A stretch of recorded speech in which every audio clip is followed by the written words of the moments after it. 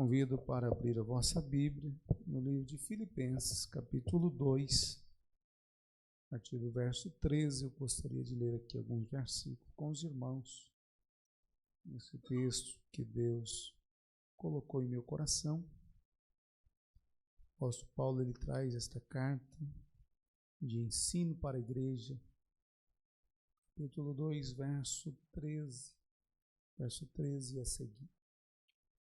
Porque Deus é o que opera em vós tanto querer como efetuar segundo a sua boa vontade. Fazei todas as coisas sem murmurações nem contendas, para que sejais irrepreensíveis e sinceros, filhos de Deus inculpáveis, no meio de uma geração corrompida e perversa, entre a qual resplandeceis como astro no mundo, retendo a palavra da vida, para que no dia de Cristo possa gloriar-me de não ter corrido nem trabalhado em vão. E ainda que seja oferecido por libação sobre o sacrifício e serviço da vossa fé, folgo e me regozijo com todos vós. E vós também regozijai-vos e alegrai-vos comigo por isso mesmo. Amém, meus irmãos? Podeis tomar o vosso assento, glorificando a Deus. Esse texto, meus irmãos, da carta de Paulo, traz para nós aqui uma visão do propósito de Deus para as nossas vidas, que muitas das vezes muitos não entendem que Deus, ele tem um propósito para as nossas vidas. E para que esse propósito seja bom, seja edificante para a nossa vida, nós precisamos estar no centro da vontade de Deus e não descuidar, porque se nós descuidarmos, nós perdemos tudo que nós construímos na caminhada de fé com Cristo. É um momento de descuido, de descontrole, nós perdemos tudo aquilo que a gente batalhou. E é sobre isso que o apóstolo Paulo ele traz este alerta para os cristãos, né? Qual é a sua missão? Qual o propósito de Deus na sua vida? O que estamos fazendo aqui na terra?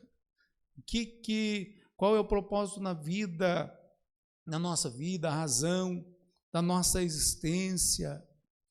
Você sabe que você foi escolhido a dedo, né? O apóstolo Paulo, ele diz assim, vós sois a geração eleita. Quando se fala de eleito, irmãos, é porque alguém votou em alguém. Não é assim que a gente escolhe? Quando a gente quer alguém, ganhou lá, porque alguém votou nele. A Bíblia diz que vós sois a geração eleita, povo adquirido. E se nós estamos aqui, é porque Deus nos elegeu. Deus nos escolheu. E quando nós entendemos isso, nós precisamos entender qual é o motivo, qual é o propósito, né? E nós precisamos ter isso em mente para viver a vontade de Deus, para não sair dos propósitos de Deus. O que é uma missão? O que é uma missão? Seria uma missão. Se nós pegarmos no dicionário, vai dizer que missão é a função ou poder que se confere a alguém para fazer algo, né? É algo que é concedido. Incumbência, encargo, obrigação, compromisso, comissão diplomática. E aqui é um conjunto de incumbência que o cristão precisa entender que ele foi chamado para fazer.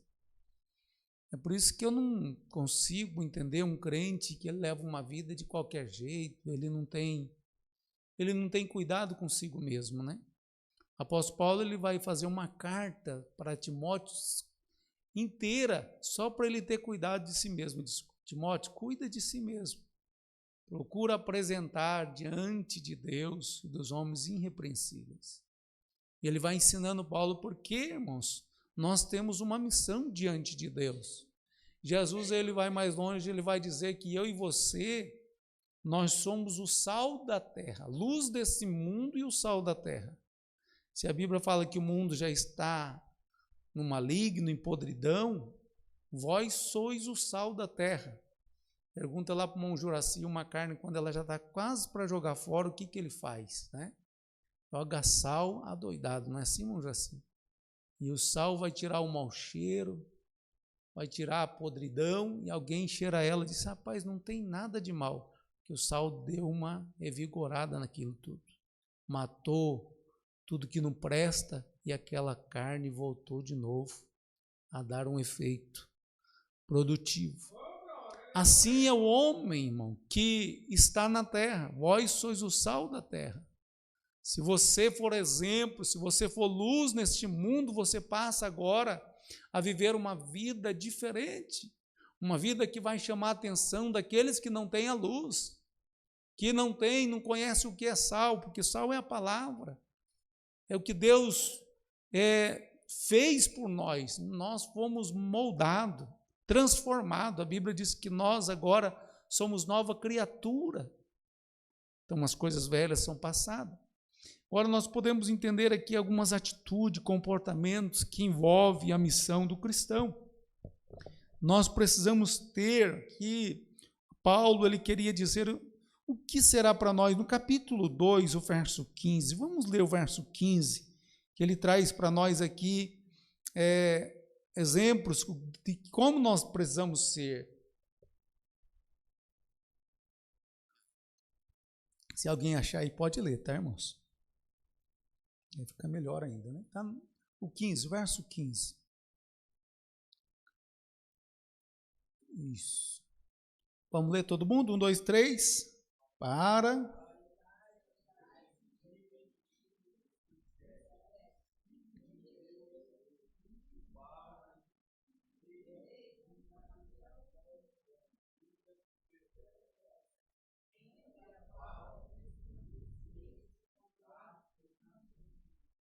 Observe, irmãos, que Paulo ele traz para nós aqui esta visão.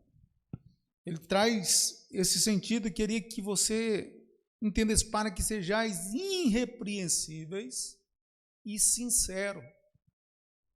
Será que o mundo pode olhar para mim e ver alguém irrepreensível? Olhar para você, sincero, encontrar em você uma pessoa sincera? Não é? Verdadeira, não é aquele sincero que é bruto, fica maltratando todo mundo, acha que é sincero, é ignorância, né? O sincero, ele age, irmãos, de uma maneira que não machuca ninguém, mas ele age na razão, ele fala a verdade sem machucar ainda, fala a verdade, vive a verdade, não aceita mentira. Alguém diz assim, eu vou tentar coagir, fala, não, isso daí você nem adianta, que ele é sincero. Então, Paulo ele traz estas qualidades, sermos irrepreensíveis, sinceros, filhos de Deus inculpáveis. Olha que coisa. Nós precisamos ter essas qualidades no meio de uma geração corrompida e perversa. Nós não estamos vivendo isso, irmão? Hoje você não sabe mais, no mundo você não sabe quem está falando a verdade ou a mentira. É por isso que o crente ele não pode estar pautado em ideologia nenhuma desse mundo, irmão. Crente que ele é pautada a ideologia do fulano, do beltrano, isso para mim é o camarada mais tolo que existe. Porque nós precisamos estar pautado na palavra de Deus. Esta não erra. Essa não mente, essa não volta vazia. A palavra de Deus ela é poderosa. Então nós não podemos viver numa mente de pessoas malignas, pessoas que não têm Deus. Agora, quando nós olhamos para a palavra, ele vai dizer que vocês precisam viver em meio a uma geração perversa, corrompida, entre a qual resplandeceis como um astro no mundo. Colossenses capítulo 3. Colossenses capítulo 3, verso 12 ao 15. Revesti-vos, pois, como eleitos de Deus, santos e amados, de entranhas de misericórdia, de benignidade, humildade, mansidão, longanimidade, suportando-vos uns aos outros e perdoando-vos uns aos outros, se algum tiver queixa contra outro, assim como Cristo vos perdoou, assim fazei vós também. E sobre tudo isto, revesti-vos de amor, que é o vínculo da perfeição. E a paz de Deus, para a qual também fostes chamados, em um corpo, domine em vossos corações e sede agradecidos. Olha que coisa, né? Aqui Paulo, ele traz para nós algo lindo. Ele está dizendo, Paulo, ele usa a palavra entranhas, do íntimo, né? Em Colossenses aqui, para exortar-nos a valorizar mais o ser que foi transformado. Quantos valoriza que aceitou a Jesus e foi transformado aqui? Que valoriza mesmo a sua vida? Eu fui transformado. Você valoriza o que Jesus fez por você? Então é isso que Paulo está trazendo para nós, esse ensino. Valorize, que você possa entender o que Deus fez por você por dentro.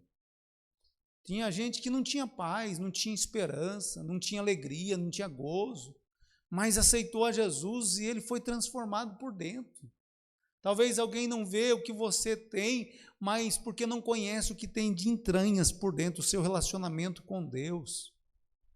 Estava dizendo para o irmão hoje lá na construção, irmão Mauro aqui, que nós precisamos mais valorizar o nosso relacionamento com Deus do que o relacionamento com o mundo, até com as pessoas. Às vezes nós valorizamos tanto um filho, uma filha, um parente, um tio, e esquecemos de construir um relacionamento sólido com aquele que nos fez tudo. Construir um relacionamento próximo com Deus, que nos deu a vida eterna, que nos garante a nossa salvação, e às vezes nós nos preocupamos com tanta coisa, né? E ainda que Jesus está o tempo todo nos ensinando através da sua palavra, lá em Mateus 6,33, nós encontramos Jesus dizendo, buscai em primeiro lugar o reino de Deus, a sua justiça. Buscai em quê? O reino de Deus, irmão, porque o reino de Deus é eterno. A sua justiça, porque ele é justo, ele tem o controle de todas as coisas, ele não perde.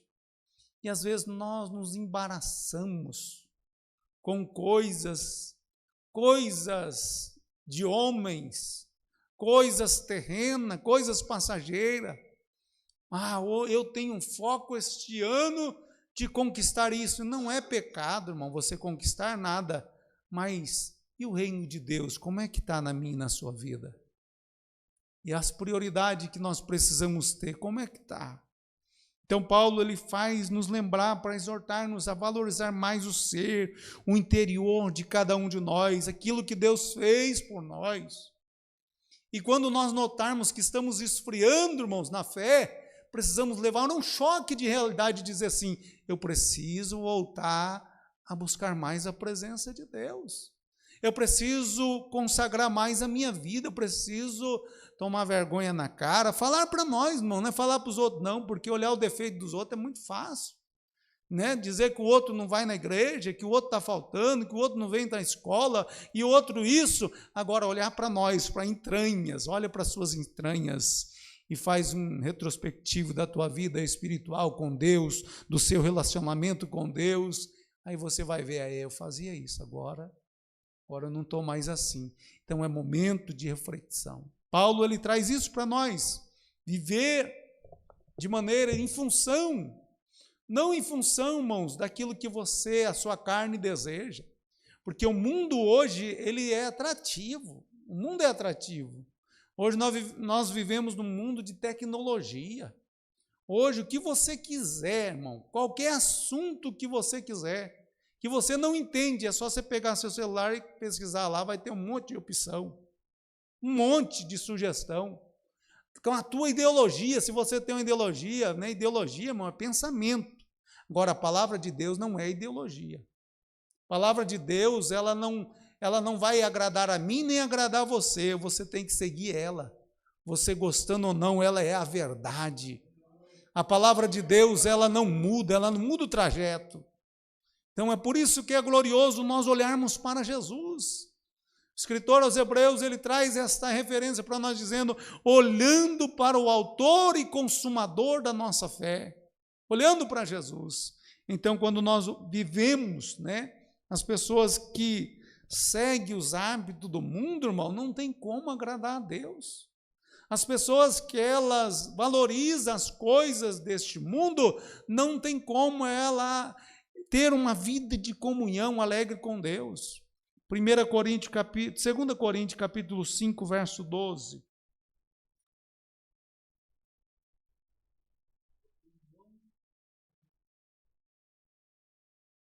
Porque não nos recomendamos outra vez a vós, mas damos-vos ocasião de vos gloriar de nós, para que tenhais que responder aos que se gloriam na aparência e não no coração.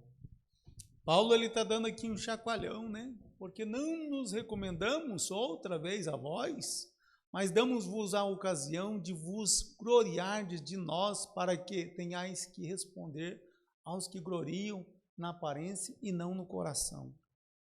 Tem muita gente batendo no peito, achando que é boa a vida, mas o seu coração está distante de Deus, está vazio, vive uma vida de derrota e acha que a vida é assim. A vida não é assim não, irmão. Nós tenhamos provações, lutas, mas o crente ele tem vitória, sabia disso? Nós passamos por desafios grandes aqui na terra, mas nós todos os dias somos vitoriosos em Cristo Jesus. Nós temos uma alegria que não se compara com nada deste mundo. É por isso que o crente ele tem que manter esse relacionamento sincero com Deus. O relacionamento com Deus ele não é brincadeira, irmão. Relacionamento com Deus é sério. E nós precisamos ter essa visão. Senão a gente está perdendo tempo na casa do Senhor.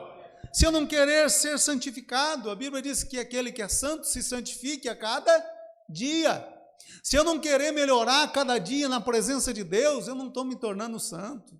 Eu estou saindo da direção. Eu tenho que ter prazer em buscar a Deus, em buscar os dons espirituais, buscar o que Deus nos deu. Nós precisamos ter isso. Então, irmãos, nós não podemos conformar com este mundo, como Paulo também nos ensina, não seguir o estilo de vida deste mundo. Romanos capítulo 12, versículo 2, ele vai ainda dar um choque na nossa mente. E não vos conformeis com este mundo, mas transformai-vos pela renovação do vosso entendimento, para que experimenteis qual seja a boa, agradável e perfeita vontade de Deus. Aleluia! Não vos conformeis com este mundo. O mundo, irmãos, não é para a gente se conformar. Eu vejo assim, você pode conquistar muita coisa aqui na terra, mas não se compara com aquilo que Deus te deu. Não se compara com o teu nome escrito no livro da vida. Não se compara com a comunhão do Espírito Santo que você tem aquele dia que você tomou a decisão de servir a Deus no batismo das águas. Não se compara. Porque você, no dia que você desceu as águas do batismo, você recebeu, a Bíblia diz que você recebe o dom do Espírito Santo. E isso não tem preço que pague, irmão. Então, que conservemos esta graça de Deus na nossa vida. Agora nós passamos, a Bíblia dá uma promessa para nós de nós sermos cabeça. O que é cabeça? Ter o controle da vida espiritual. Deuteronômio no capítulo 28, verso 13, a promessa de Deus para o seu povo. E o Senhor te porá por cabeça e não por cauda, e só estarás em cima e não debaixo, quando obedeceres aos mandamentos do Senhor teu Deus, que hoje te ordeno, para que os guardar e fazer. Por exemplo, se você quiser o Senhor realmente na sua vida, Deus não vai te colocar você como alguém derrotado, não. Eu sirvo a Deus agora, mas eu pago um preço. Não, meu irmão. Quem pagou o preço por você foi Jesus. Nós estamos cobertos com a proteção dele. Apóstolo Paulo vai dizer que nenhuma condenação há para aqueles que estão em Cristo Jesus, mas que não anda segundo a carne. Tem crentes querendo ser espiritual, mas é carnal, não tem como, irmão. Nós precisamos ser crente verdadeiro, aí temos a promessa de Deus, aí nós não seremos cauda de ninguém. O inimigo não pode querer entrar e bagunçar a nossa vida se nós construirmos um relacionamento sério com Deus. E esta candeia, o crente cheio da unção, não é para ficar escondido não, é para mostrar no mundo que vale a pena ser crente. É para você andar na rua e dizer assim: eu sou feliz com Jesus, Jesus me salvou. É isso que Jesus quer que o crente seja. Lucas capítulo de número 8, verso 16, olha o que Jesus diz para nós, onde é que tem que estar o crente. E ninguém acendendo uma candeia a cobre com algum vaso ou a põe debaixo da cama, mas põe-na no velador, para que os que entram vejam a luz. Aleluia, Deus. É glorioso, irmãos. Porque o crente, ele não precisa se esconder, não. Que tem crente que tem medo até de saudar o outro com a paz do Senhor, né? Dependendo de onde ele está, ele... tudo bem. Irmão, isso é porque ele não foi transformado, não tem a luz de Cristo, ele não sabe o que é isso. Mas se ele tem prazer de saudar, de cumprimentar na paz do Senhor Jesus, porque ele é a luz, né? Ele tem vida. Então, quando nós olhamos para a Bíblia Sagrada, irmão, servir a Deus, é servir a Deus em toda circunstância, em meio às dificuldades, nessa terra. Vamos encontrar dificuldade, pastor? Vamos ter muitas dificuldades. Vamos ter dissabores, vamos ter muitos, enquanto viver aqui na terra. Mas você pode dizer assim: essa terra vai passar, o céu me espera. Esta luta, ela não é para a vida toda, eu tenho a vida eterna. A minha vida eterna é com Cristo. Porque o crente, ele vive, irmão, esperando a salvação. O crente, ele vive aguardando o arrebatamento da igreja. O crente, eu estou falando daquele que aceitou a Jesus, que recebeu o perdão dos pecados, ele está almejando este dia. Porque senão, irmão, nós sermos crentes simplesmente para ter bênção material, é muito mesquinho. Eu prefiro a bênção igual a Abraão: eu te abençoarei aqueles que te abençoar, amaldiçoarei aqueles que te amaldiçoares, bendito você vai ser aonde você chegar. Em todas as famílias da terra, em ti serão benditas. A bênção completa, irmão. Se nós estivermos em Cristo, a bênção na sua vida é completa. Então vale a pena servir a Deus de verdade. Louvado, engrandecido seja o nome de Jesus. Agora, tem crente que ele não pode passar uma luta que ele não aguenta, é porque ele não leu Romanos 8, a partir do verso 25. Vamos ler um pouquinho? Verso 35, a partir do verso 35. E saíram a ver o que tinha... Romanos 8 e 35. Quem nos separará do amor de Cristo? A tribulação ou a angústia? Ou a perseguição, ou a fome, ou a nudez, ou o perigo, ou a espada? Como está escrito: por amor de ti somos entregues à morte todo dia, fomos reputados como ovelhas para o matadouro. Mas em todas essas coisas somos mais do que vencedores por aquele que nos amou. Porque estou certo de que nem a morte, nem a vida, nem os anjos, nem os principados, nem as potestades, nem o presente, nem o porvir, nem a altura, nem a profundidade, nem alguma outra criatura nos poderá separar do amor de Deus que está em Cristo Jesus, nosso Senhor. Aleluia, irmão. Nada pode separar. O crente, irmão, não tem nada que pode separar ele do amor de Cristo. Se você recebeu o amor de Cristo no teu coração, não tem nada que vai tirar você da presença dele. Nada pode tirar, nada. Então, irmãos, nós precisamos fazer o melhor para Deus. procuramos fazer o melhor para Deus, porque o nosso Deus merece. O nosso Deus, ele é digno de toda honra, de toda glória, de todo louvor. Quando nós olhamos para a palavra de Deus, nós entendemos que precisamos fazer e buscar, sempre fazer o melhor, colocar Deus como prioridade, como eu citei em Mateus 6,33, quando nós olhamos a vontade de Deus, né? Praticar a generosidade como Paulo ensina, no livro de Atos, lá para o capítulo 9, se você ler Atos 20, melhor dizendo, lê a parte 35 do versículo, final do versículo, esse é isso. Tenho-vos mostrado em tudo que, trabalhando assim, é necessário auxiliar os enfermos e recordar as palavras do Senhor Jesus, que disse: mais bem-aventurada coisa é dar do que receber. Aleluia. Aqui Paulo ele vai nos ensinar, né, irmãos? Ter prazer até de orar pelo enfermo, ter prazer. Você tem Jesus, pode orar e Jesus pode curar, usar a tua voz, usar as tuas mãos. Ei, irmão, precisamos ter prazer do que Deus colocou em nossas mãos.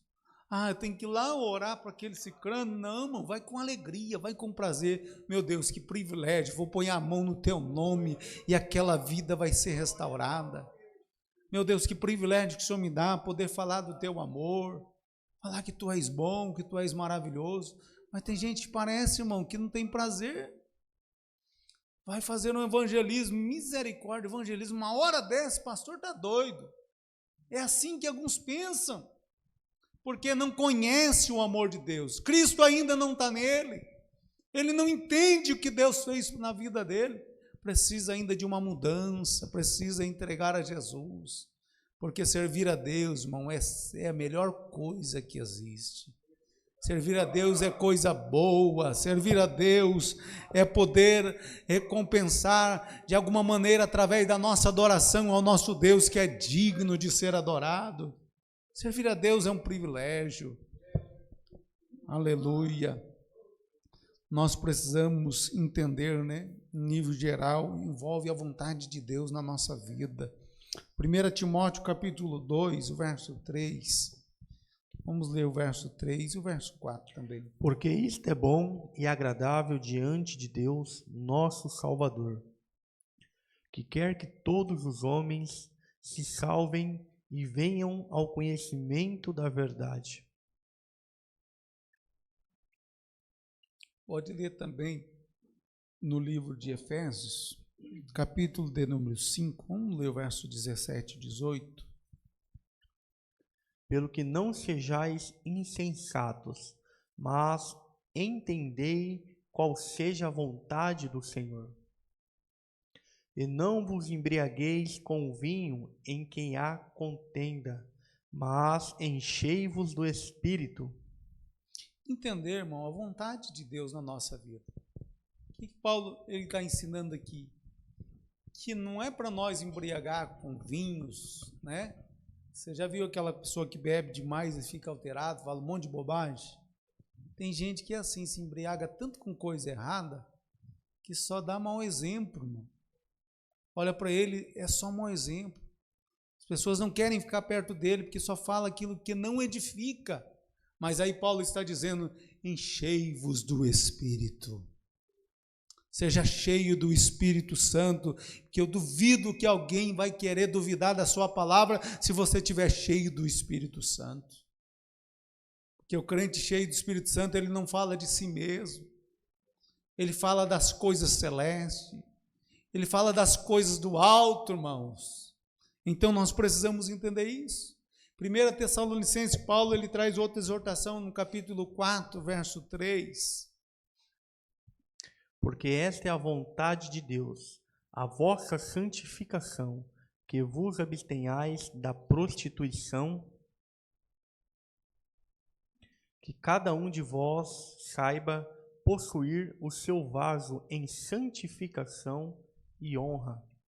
Meus irmãos, Paulo ele está exortando nós a cuidarmos da nossa vida espiritual, a ter zelo das coisas espirituais. Quando nós olhamos no nível aqui particular, a Bíblia, neste terceiro nível, o Senhor aqui não nos traz como trata os demais, ele trata nós diferente. No livro de Atos, capítulo 9, verso 6, leia aí. E ele, tremendo e atônito, disse: Senhor, que queres que faça? E disse-lhe o Senhor: Levanta-te e entra na cidade, e lá te será dito o que te convém fazer. Interessante que Paulo, irmãos, ele tinha este privilégio de ter essa intimidade com Deus.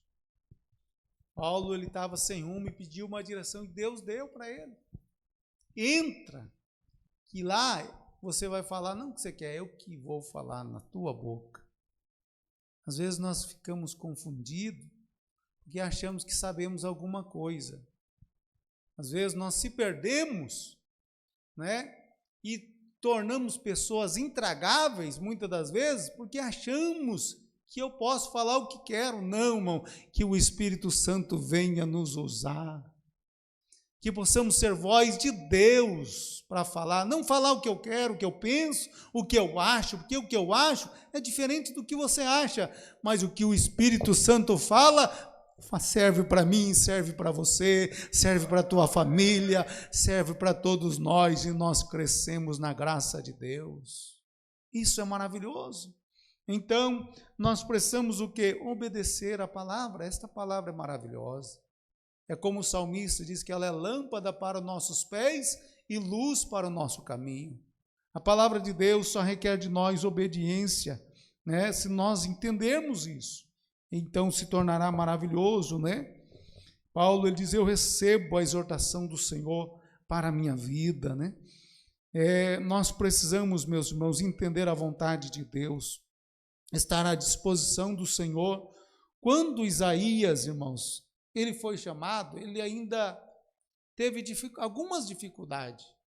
Você só vai encontrar Isaías mesmo transformado a partir do capítulo 6, quando ele vai ter uma visão celestial. Quando ele enxerga o reino celestial, e ele dá uma olhadinha para si e diz, meu Deus, ai de mim que vou perecendo. Porque eu sou um homem de lábios impuro, e habito no meio de um povo de impuros lábios, e eu vi a tua glória, vou morrer. Quando ele vê a glória de Deus, ele diz, eu vou morrer. Aí ele pede misericórdia, diz, Deus, toca nos meus lábios com a tua tenaz, com teu fogo que santifica, que purifica. Muitas das vezes, irmãos, nós precisamos disso, pedir para Deus tocar mesmo em nossas vidas, tocar na nossa mente, santificar a nossa mente, os nossos lábios, o que estamos fazendo, e aí nós vamos entender. Quando Isaías faz isso, e a Bíblia diz que o anjo toca em Isaías com a tenaz, e aí ele é purificado, aí ele dá um grito, eis-me aqui, Senhor, envia-me a mim. O crente cheio de Deus é diferente. O crente cheio de Deus, ele quer fazer a vontade de Deus, não a dele. Agora ele está à disposição para trabalhar para o reino de Deus, para que o nome de Jesus seja glorificado através da sua vida. Quantos querem que você seja um canal de bênção para Deus usar? Levante a mão, que o Espírito Santo venha te encher, que o Espírito Santo venha tocar os seus lábios, que você venha receber a unção de Deus, não para tratar as coisas do teu modo de pensar ou o que você acha, não, mas na direção de Deus, irmãos. Eu sempre, quando vou resolver algum problema, sempre digo para Deus, Deus, não sou eu que estou indo, só estou sendo um teu representante, coloca a tua palavra na minha boca, porque senão, irmão, a gente faz tanta bobagem, a gente fala tudo que não edifica, mas se nós deixar Deus usar, a coisa muda. Fiquemos em pé, fique com esta palavra, que o Espírito Santo venha tocar em você.